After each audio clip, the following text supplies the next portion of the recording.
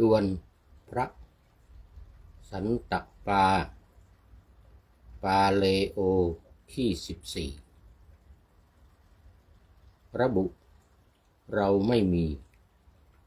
ความกลัวรัฐบาลทรัมป์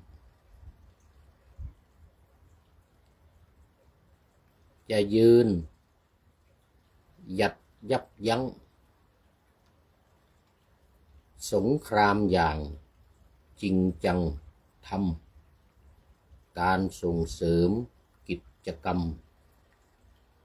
สันติภาพอยู่ต่อไปไม่กลัวที่จะเป่าประกาศกล้าวคำสอนใหญ่ของพระเจ้าต่อไปแม้จะตายเราก็ยอมขอถวายความนอบน้อมแด่พระรัตนตรัยมีพระพุทธเจ้าเป็นต้นขอถวายความเคารพพระมหาเถระพระเถรานุเถระเจ้าคณะพระสังฆาธิการทั่วโลกมีพระเดชพระคุณพระธรรมเสนาบดีเจ้าคณะภาค7วัดพระธาตุดอยสุเทพเป็นต้นและขออำนวยพรแด่ท่านผู้ฟังท่านผู้ชมสาธุชนพุทธบริษัททั้งหลาย วันนี้รายการพระไตรปิฎกลอยฟ้าก็ลอยมาจากวัดพระธาตุดอยสุเทพผ่านทาง Facebook ไลฟ์สวัยเทพบุญเหมือนเดิมอันดับแรกนี่ขออนุโมทนาประชาสัมพันธ์เจ้าภาพที่มารับถวายภัตตาหารเพลและน้ำปานะแก่พระภิกษุปาติโมกข์ในโครงการอบรมฝึกหัดพระภิกษุปาติโมกข์ของคณะสงฆ์ภาค7รุ่นที่1/2569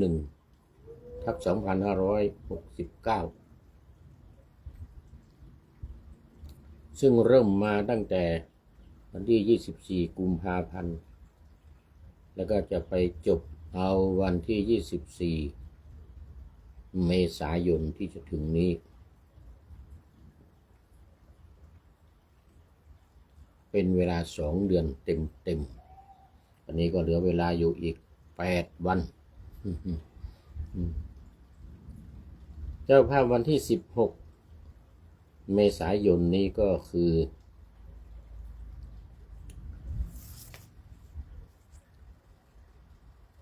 1คุณประหยัดคุณประพิมพรคุณสรารัตน์เหมือนมากพร้อมครอบครัว2คุณวิไลวรรณสนอสวัสดิกุลพร้อมครอบครัวอันนี้เจ้าภาพน้ำปานเจ้าภาพภัตตาหารส่วนน้ำปานะประกอบด้วย1คุณวิไลวรรณก็ขอให้คุณวิไลลักษณ์คำเมืองและคุณ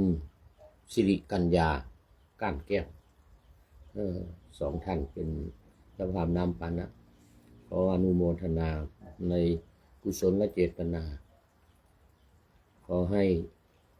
ได้รับความสุขความเจริญรุ่งเรืองในหน้าที่การงานในพระพุทธศาสนาแม้นมีความ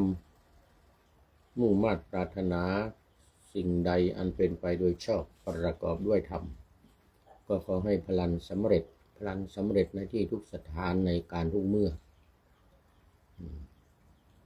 แล้วก็ขอประชาสัมพันธ์ต่อสำหรับญาติโยมที่จะเป็นเจ้าภาพในวันต่อไปซึ่งตอนนี้เหลืออยู่อีก8วันขอติดต่อมาที่ท่านอาจารย์พระมหาสกล วิโรจนกิตติปรริญญาธรรม9ประโยคเลขานุการเจ้าคณะภาค7ประธานโครงการอบรมพระภิกษุปาติโมกข์หมายเลขโทรศัพท์091 859 9053 0918599053และอีกเบอร์หนึ่งของท่านอาจารย์พระมหากิตติพงษ์ฐานกโรวัดพระธาตุสีจอมทองปรริญญาธรรม9ประโยคสวดเก่งเหมือนกันหมายเลข094 910 1043 094 910 1043ตามมัธยาศัยตอนนี้ขอต้อนรับคุณโยมวาสนากันทวีน้อมกราบสาธุสาธุสาธุสาธุเจ้าค่ะโอ้โหดีใจดีใจนี่หมู่บ้านเอื้ออาทรสันกำแพงใกล้ๆวัดสันป่าแดงเป็นโยมอุปถัมภ์อุปถากทำบุญสุนทานปฏิบัติธรรมอยู่ที่วัดสันป่าแดงกับท่านอาจารย์พระมหาก้อนแก้วหรือท่านพระครูสุตรัตนสุนทรนี่ยังไม่ได้ไปเยี่ยมเดี๋ยวปีใหม่นี้เดี๋ยวจะได้ไปคารวะไปคารวะท่านพระครูคารวะท่านพระครูสุตรัตนสุนทรหรือท่านอาจารย์พระมหาแก้วเราเจ้าอาวาสวัดสันป่าแดงสันป่าคอย2 สันสันป่าคอยแล้วก็สันป่าแดงด้วยเจ้าอาวาส2 วัดอดีตเจ้าคณะตำบลวัดเกตตอนนี้ก็เป็นที่ปรึกษาอยู่ที่ปรึกษาเจ้าคณะตำบลวัดเกตวัดสันป่าคอยอำเภอเมืองเชียงใหม่แต่ว่าสันป่าแดงนี่อยู่อำเภอสันกำแพงตำบลสันต้นเปาอำเภอสันกำแพง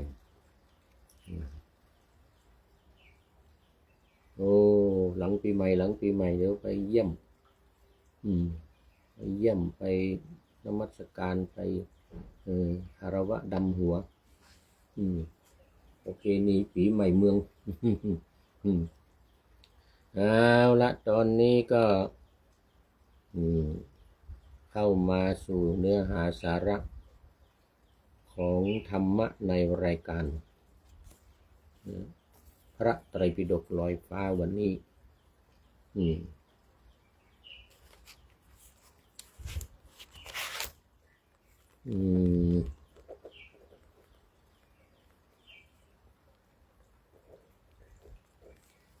พระไตรปิฎกลอยฟ้า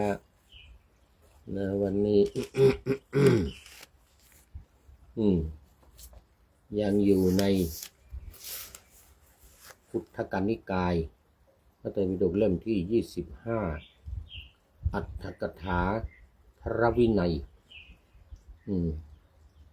หน้าที่23หน้าที่23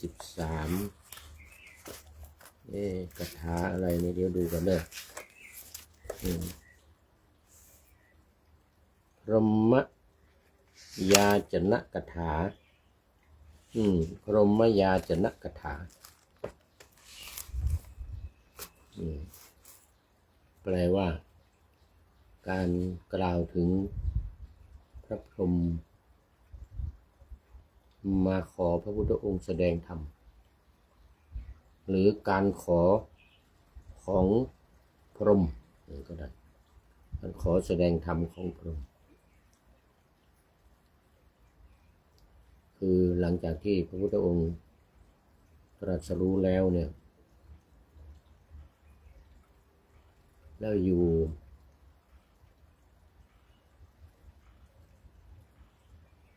พิจารณาเขาเรียกว่าเสวยวิมุตติสุขอยู่ใต้ต้นโพและบริเวณรอบๆต้นโพเนี่ย7 แห่งแห่งละ7 วันรวม49 วันเนี่ยเสร็จเรียบร้อยพรหมก็มาอาราธนาพระพุทธองค์แสดงธรรมสาเหตุก็คือว่าพระพุทธองค์ทรงดำริในใจนะดำริในใจท้อแท้ใจว่าธรรมะที่เราตรัสรู้มาเนี่ยขนาดเราเองพิจารณาอยู่49 วันเนี่ยมันเป็นธรรมะที่ยากมันยากมากคนที่จะฟังคนที่จะติดตามจะเข้าใจนี่จะเข้าใจได้ยากไม่อยากจะแสดงนะเพราะมันเป็นการยากที่จะให้คนรู้และคนเข้าใจปฏิบัติตามได้เหมือนกันนะตอนนี้ขอต้อนรับท่านอาจารย์สมภารรัมมนาอาจารย์สมภารรัมมนาสาธุสาธุโมทนาขอบคุณมาก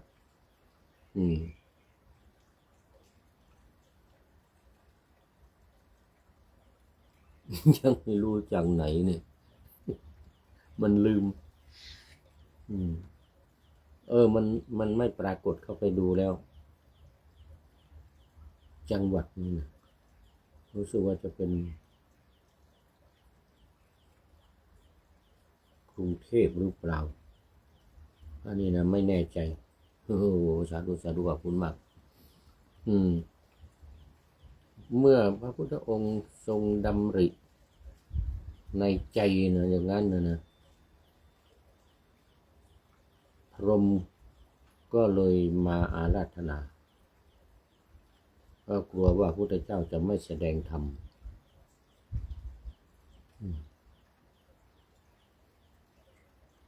ที่เรากล่าวคำอาราธนาธรรมกันทุกวันเนี่ยพรหมมาจโรกาธิปติสหัมปติกัตอัญชลีอันทิวลังอายาจทะเนี่ยอายาจทะก็อายาจนะเนี่ยอายาจทะเนี่ยอายาจนะตัวนี้แหละอันเดียวกันนี่แปลว่าการขออันนั้นแปลว่าพรหมมาขอขอพระพุทธเจ้าแสดงธรรมอายาจทะ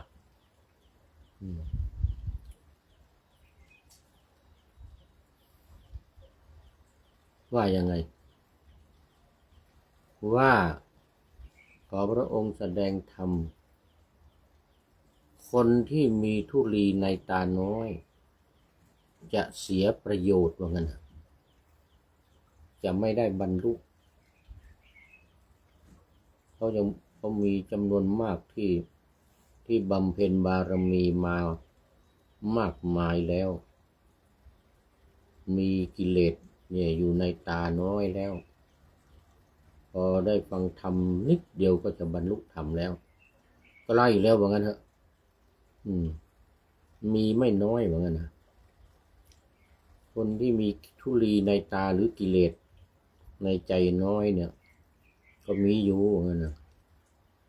ดังนั้นขอพระองค์ทรงโปรดเมตตาโปรดบุคคลเหล่านี้ผู้ที่จะเสียประโยชน์ไปเนี่ยถ้าพระพุทธองค์ไม่แสดงเนี่ยนะรอไปจนพระพุทธเจ้าอีกองค์หนึ่งมาตรัสรู้นี่นะอีกหนึ่งพุทธันดรนี่นะโหสงสารหมู่นี่ว่างั้นนะผมว่าเนี่ยผมว่าสงสารหมู่เนี่ยเขาก็จะต้องรอไปอีกปฏิบัติธรรมบำเพ็ญบารมีไปอีกจนอีกพระพุทธเจ้าอีกองค์หนึ่งจะมาตรัสรู้โน่นศรีอริยเมตไตรโน่นอะไรว่างั้นนะศรีอริยเมตไตรจะมาก็หมู่โหคนอายุลงไป10 ขวบแล้วขึ้นไป120,000 ปีแล้วลดลงมาอีกถึง80,000 ปีนั่นแหละจึงจะตรัสรู้ว่างั้นนะในช่วงนั้นนะอายุไขของคน 80,000 ปีเนี่ยนะจริงจริงจะได้ตรัสรู้แล้วมันจะนานขนาดไหนคนที่มีทุลีในตาน้อยหรือมีกิเลสในใจเหลือน้อยแล้วเนี่ยก็จะเสียผลประโยชน์ไปดีไม่ดีก็จะกลายเป็นคนไม่ดีไปอีกอาจจะเป็นได้เหมือนกัน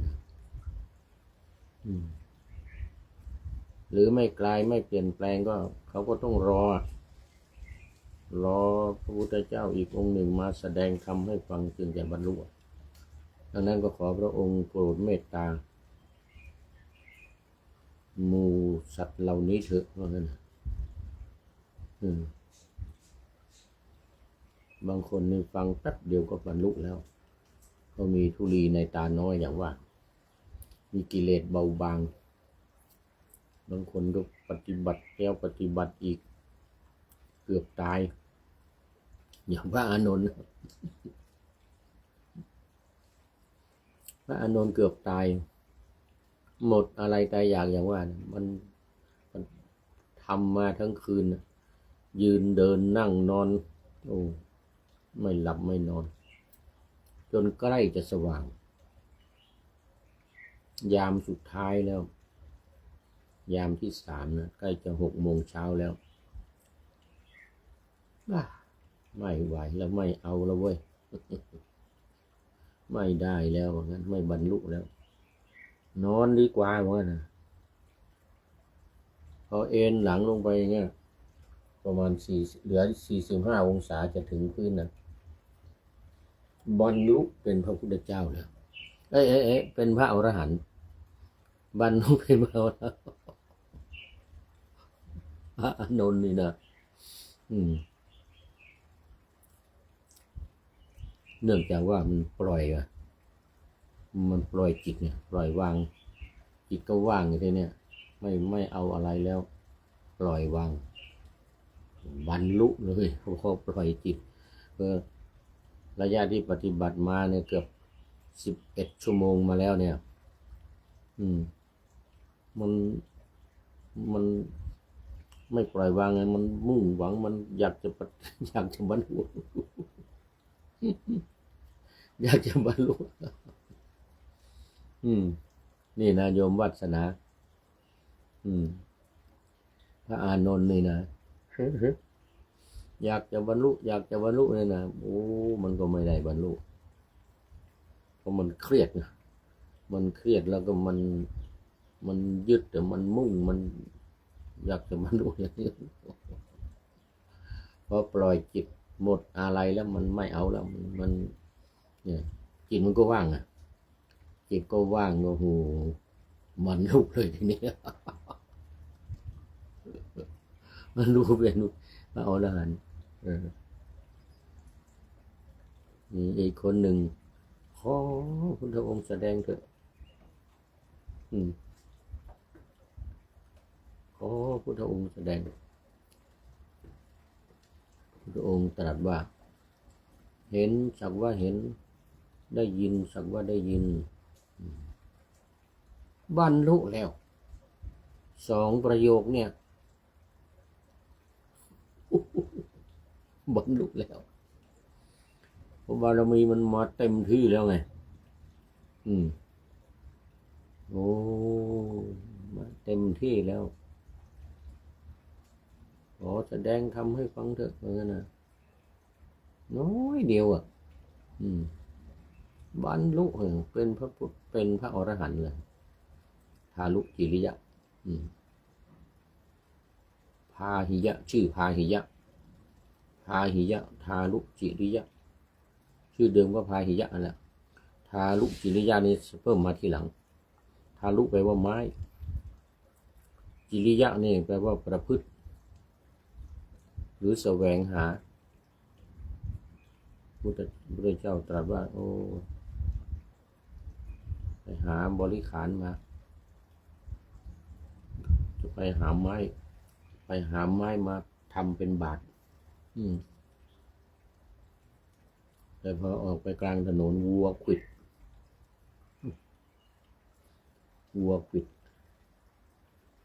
ข้อความข้อความข้อความตรัสรู้แล้วนั่นแหละเห็นก็สักว่าเห็นได้ยินก็สักว่าได้ยินไม่ไปยึดไปถือไม่ไปติดไม่กลัววัววิ่งมาก็ไม่กลัวไม่หลีกไม่หนีวิ่งแล้วก็ขวิดชนก็ตายเป็นพระองค์ตรัสว่ามะมะปุตโตแล้วบุตรของเราแล้วเขาเป็นพระอรหันต์แล้วแต่ยังไม่ทันบวชก็เป็นพระแล้วเป็นพระอริยบุคคลก็เลยมีชื่อว่าพระองค์หนึ่งในพุทธศาสนาเนี่ยนะพระองค์ก็ตรัสว่าเป็นพระคือทรงอนุญาตแล้วอนุญาตให้บวชแล้วนะแต่ว่าไปหาบาตรบริการยังไม่ครบยังไม่มีหาบาตรหาจีวรหาอะไรมามันกรรมมาตามทันด้วย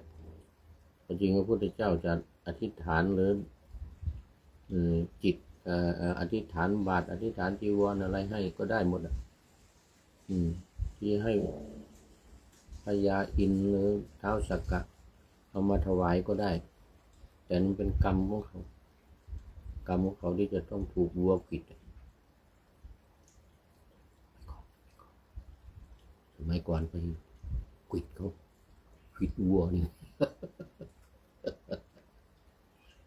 สมัยก่อนเป็นวัวไงเป็นโคไงแล้วไปขวิดวัวตัวเนี้ยวัวรู้สึกว่าจะเป็นคนหรือยังไงสักอย่างหนึ่งเนี่ยนะแล้วท่านเนี่ยเสวยแล้วท่านพาหิยะเนี่ยสมัยชาติที่เป็นโคเป็นโคเป็นวัวเนี่ยนะไปขวิดเขาตายนี่เรื่องมันเนี่ยแล้วกรรมมันก็ยังเหลือเสือเศษของกรรมต้องมาตามทันไงกรรมต้องมาตามทันเศษกรรมก็ต้องได้รับอยู่นะวัวก็มาก็ขวิดทำไมฟังผีฟังสี่ฟังแปดอะไรนะกรรมเก่าที่ทำกันมานี่เรื่องมันนะขวิดเขาเนี่ยชาติก่อนไปขวิดเขาเนี่ยมันไม่รู้ชาติไหนนานมาแล้วนะขวิดเขาตายโยมวัฒนานี่นะมันเป็นอย่างนั้นนี่เรื่องมันนะเพราะนั้นพรหมเนี่ยก็จึงมาอาราธนาแต่อันนี้เป็นปุคลาธิฐานนะมันจะมีสองอย่างนะปุคลาธิฐานกับธรรมาธิฐานอันนี้ปุคลาธิฐานนี่ก็เป็นพรหมมาอาราธนาเป็นตัวเป็นตนมาพรหมนี่ก็ไม่ใช่ว่าเป็นนี่นะ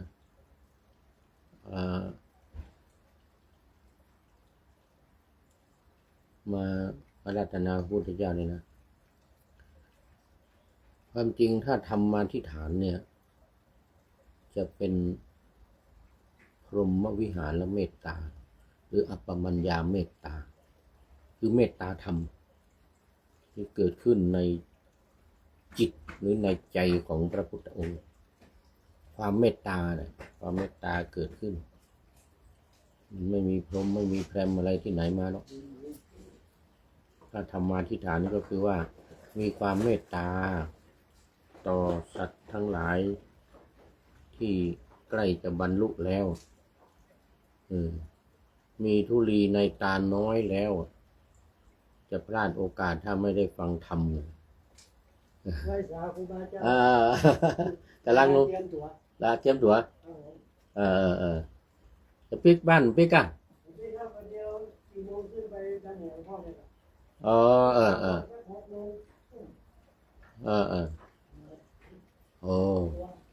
อ้นี่เกือบลืมนี่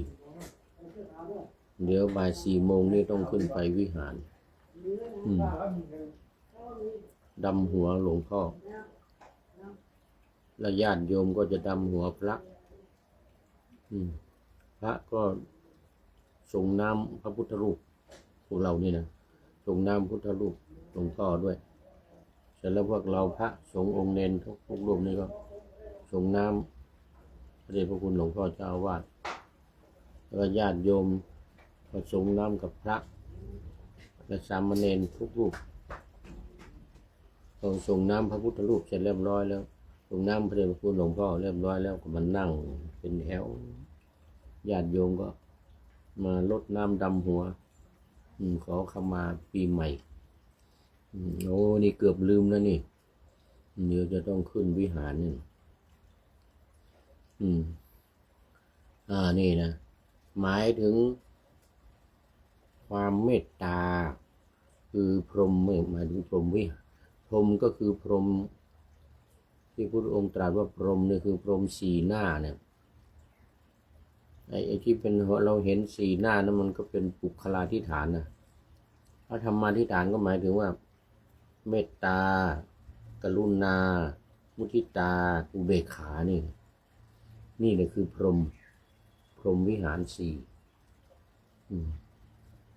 เรียกอีกอย่างหนึ่งว่าอัปปมัญญาธรรมอัปปมัญญาแปลว่าหาที่สิ้นสุดไม่ได้เพราะฉะนั้นความรักสองอย่างนี้เกิดขึ้นในใจของพระองค์โดยเฉพาะก็เป็นอัปปมัญญาธรรม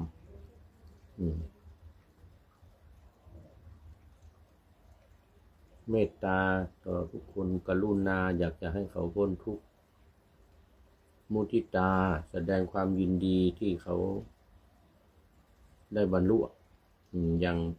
ทารุจิริยะเมื่อกี้เนี่ยโอ้ดีละมะมะปุตโตบุตรของเรามุทิตาแสดงความยินดีด้วยที่ได้บรรลุใครได้ดีก็มุทิตาไม่อิจฉาริษยา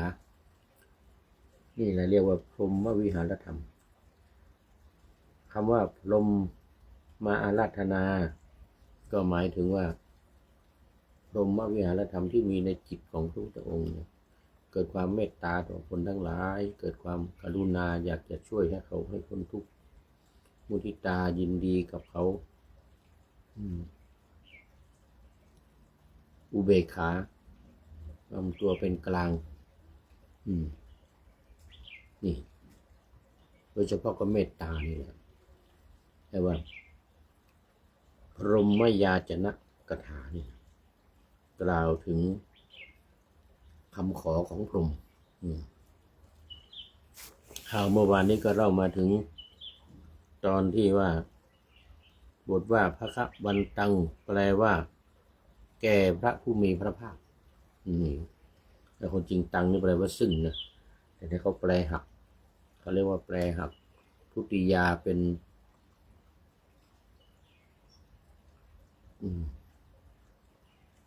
ตติยา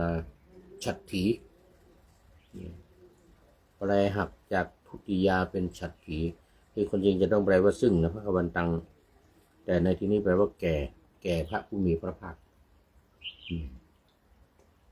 บังคับฉันหรือบังคับอะไรก็ไม่รู้เวลาเขียนนะบทว่าปฏิกูลังต่อไปวันนี้เรามาต่อเดี๋ยวก่อนอนัชชริยาได้แก่ที่เป็นอัศจรรย์นักหนาเหมือนกันนะแปลเอาความตามในยดีกาสารัตถทีปณีภาคหนึ่งหน้า530ซึ่งแก้ไว้ว่าอนุชชริยาติสวนกาเลอุปรปริวิมหยกราติอัตโถทำไมบอกโอ้เนื้อความนี้ว่าอธิบายหรืออธิบายว่า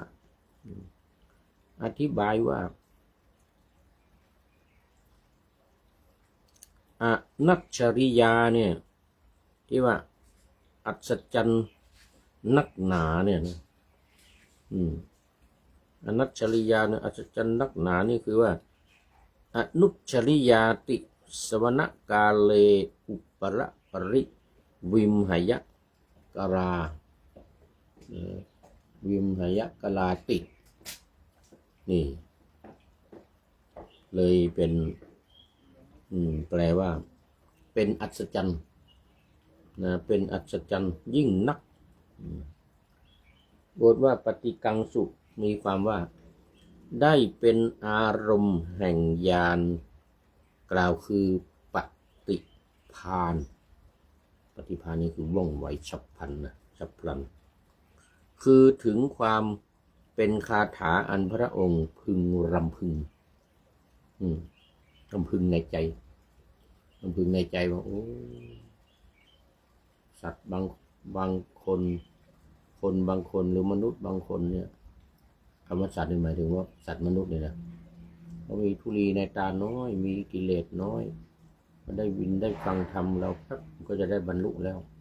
แต่ถ้าไม่ได้ทำก็ต้องเสียโอกาสต้องรอไปอีกนานอย่างว่ารอพระศรีอริยเมตไตรนู่นหะอักษรในบทว่าหะลังนี้สักว่าเป็นนิบาตความว่าไม่ควรความว่าไม่ควรบาทคาถาว่านายังธัมโมสัมพุทโธมีความว่าธรรมนี้ทำได้ง่ายเพื่อจะตรัสรู้หาไม่ได้อธิบายว่าการที่จะรู้มิใช่ทำได้ง่ายๆคือธรรมะที่พุทธองค์ได้ตรัสรู้มาเนี่ยมันว่ามันไม่ใช่จะง่ายๆเนี่ยมันจะต้องอาศัยบุญญาบารมีของแต่ละคนที่ได้สร้างสมมานะได้สร้างสมมาอาจจะบรรลุเลยเนี่ยมันหาไม่ได้เนี่ยมันยากมันสิ่งที่ยากอยู่ตรงนี้นายังธัมโมสัมพุทโธเนี่ยนะสุสัมพุทโธด้วยทั้งนั้นสุสัมพุทโธนะสุนี่แปลว่าง่ายนะสุแปลว่าง่ายที่นี่นายังเนี่ยนักมาปฏิเสธอย่างนี้เนี่ยธรรมนี้ไม่ใช่เป็นสิ่งที่จะบรรลุได้ง่ายๆเนี่ยก็คือพระพุทธองค์ก็ทรงท้อแท้ใจอย่างวานจะแสดงหรือไม่แสดงเนาะเนี่ยนะก่อนจะตกลงตัดสินใจแสดงแล้วมานึกถึงใครที่จะได้บรรลุก่อนที่จะได้รู้ไม่นึกถึงครูบาอาจารย์อุทกดาบทอาลาลดาบทตายไปเสียแล้วไปเกิดในสวรรค์ชั้นพรหมวิหาอัตตปาสุทัสสาสุทัสสีอากนิฐานุเป็นพรหมซะแล้วไปเกิดในชั้นพรหมอาจารย์ของพระพุทธเจ้าอาลาลดาบทกับอุทกดาบทที่พระพุทธองค์ทรงศึกษาเล่าเรียนจนถึงฌานที่8ก็แน่นอนพวกที่ได้ฌานเนี่ยพอเวลาตายแล้วก็ไปเกิดอยู่ในสวรรค์ชั้นพรหมไปเกิดในสวรรค์ชั้นพรหมนะก็หมดโอกาสที่จะได้ฟังธรรมแล้วที่จะได้บรรลุแต่ไม่แน่นะถ้าเขาได้อนาคามีนะก็ต่อยอดที่โน่นแล้วก็บรรลุที่โน่นเลยแต่หมู่ที่ไปเกิดเป็นพรหมมีความสุขแล้วก็ไม่อยากจะกลับมาถ้าเป็นอนาคามีก็ต่อยอดที่นั่นเลยเป็นอรหันต์ได้เลยแต่ถ้าไม่เป็นก็อยู่ไปนะไม่อยากกลับมามนุษย์มนุษย์มันลำบากมันทุกข์ยากเป็นพรหมนะสบายสบายอยู่สบายไม่ต้องทำอะไรเทวดาชั้นอื่นๆชั้นต่ำๆนี่ยังต้องกลับมาเกิดในเมืองมนุษย์มาเกิดในเมืองมนุษย์แล้วก็จะไม่โอกาสบำเพ็ญปฏิบัติธรรมได้แล้วก็บรรลุได้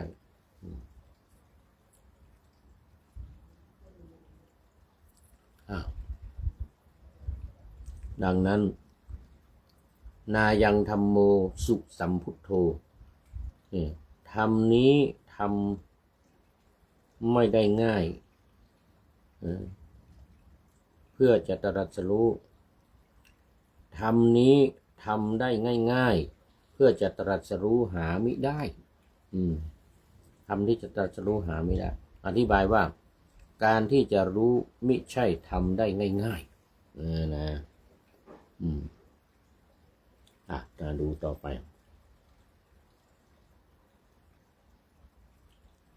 บทว่าปฏิ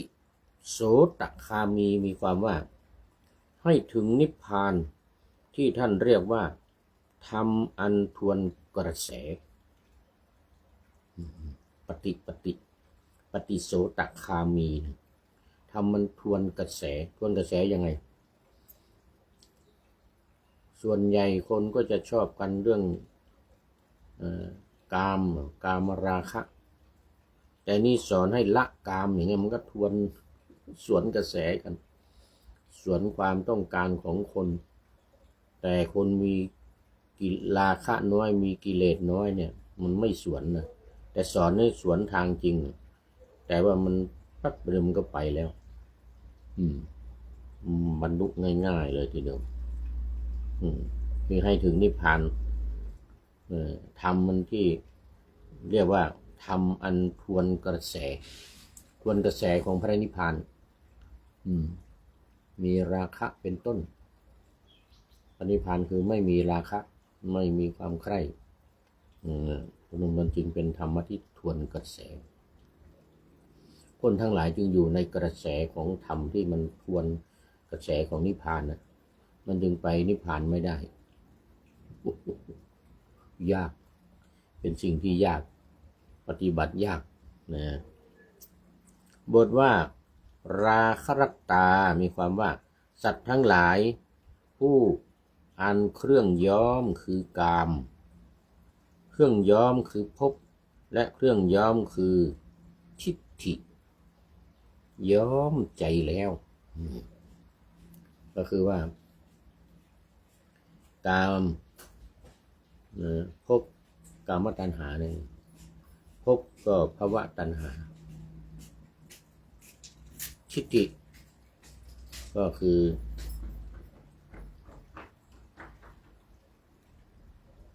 วิภวะ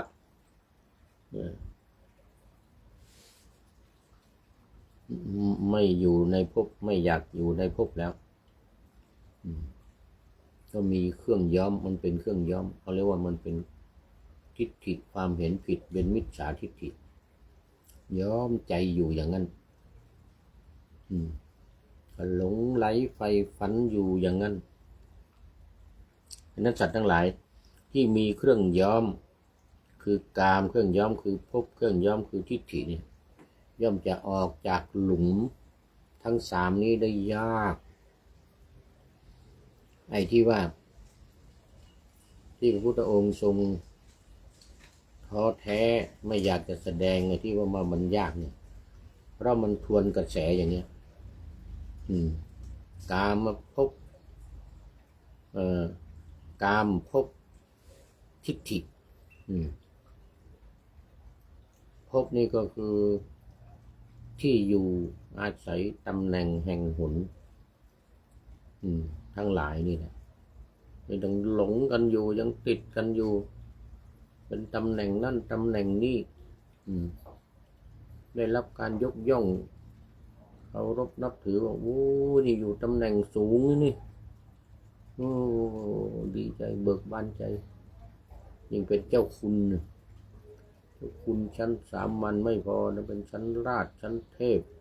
ชั้นธรรมชั้นพรหมอย่างหลวงพ่อวัดพระธาตุสีจอมทองเป็นชั้นพรหมพระพรหมมงคลพรหมมงคลถ้าหลวงพ่อท่านไม่ได้ติด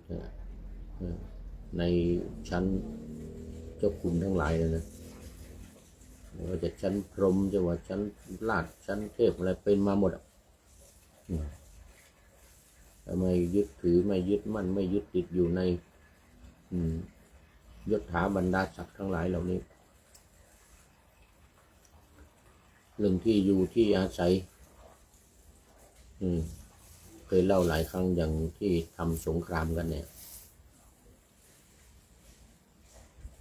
อเมริกากับอิสราเอลเอาไปเอามาอยากจะได้น้ำมันของอิหร่านอยากจะได้น้ำมันของอิหร่านคือมารบยอมรับสารภาพมา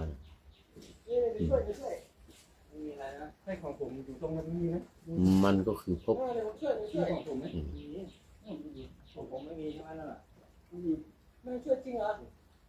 อยากจะได้ยศตำแหน่งอยากจะครองตำแหน่งอยากจะปกครองเรียกว่าอยากจะปกครองอิหร่านอยากจะเปลี่ยนรัฐบาลเห็นว่ารัฐบาลของอิหร่านเนี่ยมันเป็นรัฐบาลที่ผู้นำเป็นทางศาสนาอยากจะให้เป็นประชาธิปไตยเหมือนตัวเองอะไรเงี้ย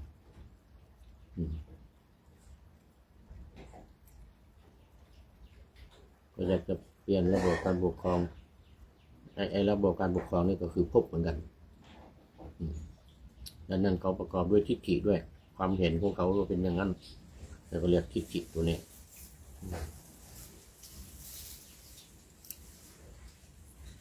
แต่ที่มารบกันอยู่ทุกวันนี้นะที่จะมาทำลายล้างอิหร่านเปลี่ยนระบบเข้าปกครอง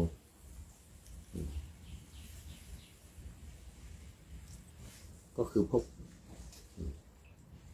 เรื่องพบนี่เองนี่มันเป็นเรื่องยากอย่างนี้เรียกว่าราคะรัตตาสัตว์ทั้งหลายผู้เป็นเครื่องย้อมนี่คือกามเครื่องย้อมคือพบเครื่องย้อมคือทิฏฐิย้อมใจอยู่ยังมีกามมีพบมีทิฏฐิย้อมใจอยู่ก็อย่าหวังในการที่จะเข้านิพพานไม่มีทางเลยบทว่านะทักขันติได้แก่ย่อมไม่เห็นอันนี้ธรรมดาย่อมไม่เห็นทักขันติย่อมไม่เห็นสองบทว่าตโมกขันเทนะอาวุตามีความว่าผู้อันกองแห่งอวิชชาปกคลุมไว้แล้วจิตที่มีอวิชชาควบคุมปกครองอยู่ปกคลุมอยู่เป็นเรื่องยากเป็นข้อสุดท้ายของเราเรียกกันว่า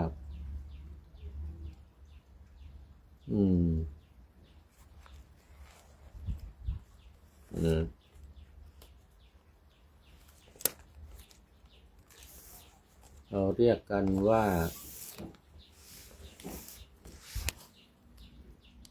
สังโยชน์10 การตั้งแต่สกายทิฏฐิวิจิกิจฉาศีลพัตตปรมาสกามราคะปฏิฆะรูปราคะอรูปราคะมานะอุทธัจจะและอวิชชาอยู่สุดท้ายข้อที่10นู่นไม่มีอวิชชาปกคลุมอยู่เลยอวิชชาคืออะไรความไม่รู้ในตัวนี้เนี่ยทำยังไงให้มันเป็นความรู้ให้มันเป็นวิชาก็ต้องปฏิบัติธรรมเนี่ยฝึกอบรมจิตปฏิบัติทำสมาธิรักษาศีลทำปัญญาให้เกิดขึ้นปัญญาศีลสมาธิหรือศีลสมาธิปัญญากระบวนการนี้จะดับอวิชชาได้ดับอวิชชาได้เมื่อไหร่ก็เมื่อนั้นดับอวิชชาได้เมื่อไหร่ก็เมื่อนั้นเป็นพระอรหันต์แต่ตราบใดนี่อย่างนี้ผู้อันกองแห่งอวิชชาปกคลุมอยู่ปกคลุมไว้อยู่อย่างนี้ก็ไม่มีทางจะแสดงทำยังไงให้ฟัง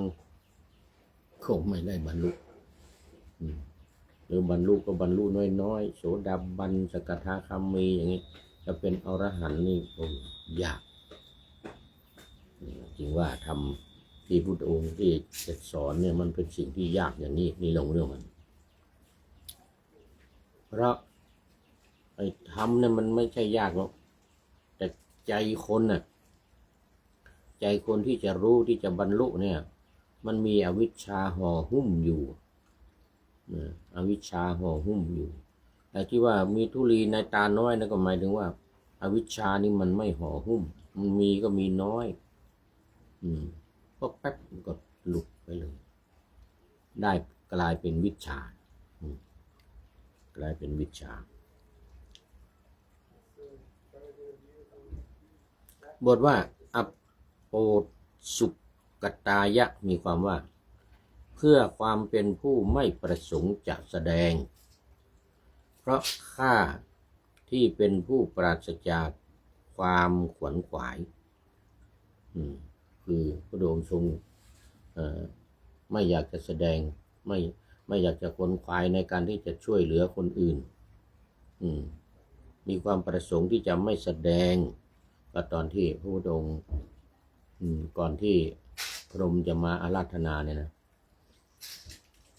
คิดท้อแท้ใจไม่อยากจะแสดงไม่มีความประสงค์จะแสดงมันเป็นเรื่องยากขนาดเราพิจารณาเราบรรลุมาแล้วพิจารณาอยู่49วันเนี่ยโอ้มันไม่ใช่ของง่ายๆนะนี่เรื่องของเรื่องมันนะมันเป็นของยากมันจึงเป็นสิ่งที่เรียกว่าไม่อยากจะขวนขวายไม่อยากจะสอนไม่อยากจะแสดงไม่อยากจะสอนไม่อยากจะแสดงในเรื่องของเรื่องมันแต่ก็ยังมีพรหมวิหารธรรมอยู่ในใจคิดขึ้นมาว่าโอ้เราจะต้องช่วยเหลือเขานะมีความเมตตาโอ้มีความกรุณาอยากจะให้เขาได้พ้นจากความทุกข์ให้เขาได้พ้นจากความทุกข์นี่แหละคือ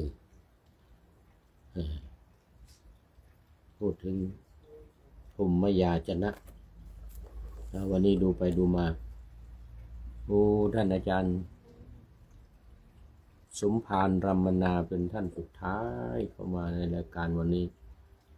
หมดเวลาพอดีเข้าสู่เส้นชัยของรายการโอ้โมทนาเป็นอย่างยิ่งวันนี้เอาไว้แค่นี้ก่อนยังอยู่ในพรหมยาจนะกถาคำขอของพรหมแล้วเอาไว้แค่นี้ก่อนอันนี้ก็มาดูข้อคิดท้ายรายการวันนี้นิดหน่อยได้จากไหนเนาะนี่วันนี้โอ้ดีชี้ข่าวดังดีชี้ข่าวดังชี้ข่าวมาแล้วก็พระยาเทพก็เป็นผู้ประพันธ์นะพระยาเทพเป็นผู้ประพันธ์เรื่องพระสันตะปาปาโป๊บเนี่ยโป๊บของโรมันคาทอลิกของศาสนาคริสต์นิกายโรมันคาทอลิกเขามี2นิกายนะคาทอลิกกับโปรเตสแตนต์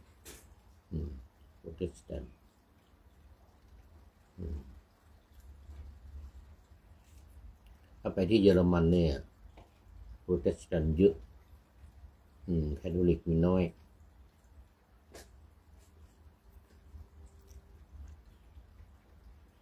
เขาก็มีหลายนิกายนะเหมือนศาสนาพุทธเรานี่แหละอันนี้สันตะปาปาเลโอสันตะปาปาเลโอที่14องค์ที่14แล้วสันตะปาปาองค์ที่1ที่2ที่3ที่4มาจนถึงองค์ที่44ปัจจุบันเนี่ยนะที่4ปัจจุบันเนี่ยก็มีข้อความว่าดวนพระสันตะปาเลโอที่4นะ ปาเลโอที่14ขออภัยปาเลโอที่14ระบุเราไม่มีความกลัวรัฐบาลทรัมป์จะยืนหยัดยับยั้งสงครามอย่างจริงจังทำการส่งเสริมกิจกรรมสันติภาพอยู่ต่อไปไม่กลัวที่จะเป่าประกาศกล้าวคำสอนใหญ่ของพระเจ้าต่อไปแม้จะตายเราก็ยอมโอ้นี่เป็นความเด็ดเดี่ยวของผู้นำทางศาสนาขององค์ป๊บที่14ทางสันตะปาปาถ้าเป็นประเทศไทยเราก็คือสังฆราชท่านเจ้าพระคุณสมเด็จพระสังฆราชอันนี้เป็นผู้นำสูงสุดในศาสนาถ้าเป็นทางประเทศทิเบตก็องค์ดาไลลามะอย่างนี้ องค์ดาไลลามะอันนี้สันตะปาปาก็เป็นผู้นำสูงสุดของศาสนาคริสต์นิกายแคทอลิกก็ยืนกรานว่าไม่กลัวรัฐบาลทรัมป์2-3 วันมานี้รัฐบาลทรัมป์เข้าไปว่าสันตะปาปาโจมตีสันตะปาปาใหญ่เลยบอกว่าอ่อนข้ออ่อนแอต่อผู้ร้ายว่างั้นนะว่าอิหร่านเป็นผู้ร้ายท่านเจ้าพระคุณสันตะปาปานี่ก็ต่อต้านรัฐบาลมันไม่ใช่ต่อต้านรัฐบาลทรัมป์ต่อต้านการทำสงครามก็ต่อต้านการทำสงครามการไปทำสงครามไปฆ่าไปฟันไปแกล้งคนอื่นเนี่ยไม่เอาป๊บไม่เอายืนกรานว่าจะต้องสร้างสันติภาพจะต้องสู้ต่อไปอย่างนั้นนะไม่กลัวนี่อะไรไม่กลัวไม่มีความกลัวรัฐบาลทรัมป์เลยตอบโต้ท่านองค์สมเด็จสันตะปาปาตอบโต้ทรัมป์เมื่อวานนี้ทำด่าองค์สันตะปาปา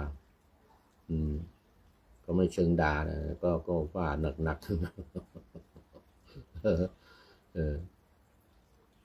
ไม่ว่าหนักนะยังอ่านอีกรอบดวลพระสันตะปาเลโอที่14ระบุเราไม่มีความกลัวรัฐบาลทรัมป์จะยืนหยัดยับยั้งสงครามอย่างจริงจังทำการส่งเสริมกิจกรรมสันติภาพอยู่ต่อไป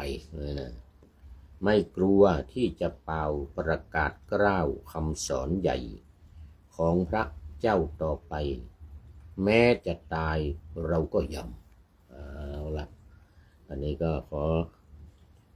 ขอบคุณดีชี้ข่าวดังที่ให้ข้อมูลมาวันนี้เป็นอย่างยิ่งขอนำพระไตรปิฎกลอยฟ้าไปจากผู้ฟังทั้งหลายในโลกล่าวันต่อไปจะได้จรย้อนกลับมาสู่สถานีใหม่ให้ท่านฟังอย่าลืมเปิดวิทยุหรือเครื่องรับโทรศัพท์โมบายคอมพิวเตอร์ผัง YouTube เฟซเพจไลน์ให้ดังเพื่อชมฟังรายการวันต่อไปขอทุกท่านมีความสุขทุกคืนวันนำธรรมะประกอบการงานทั้งหลายเช่นขยันทำงานทางวาจากายใจขวนขวายกิจการงานนานาบำเพ็ญสาธารณประโยชน์เว้นสิ่งที่มีโทษโหดเยี่ยงสา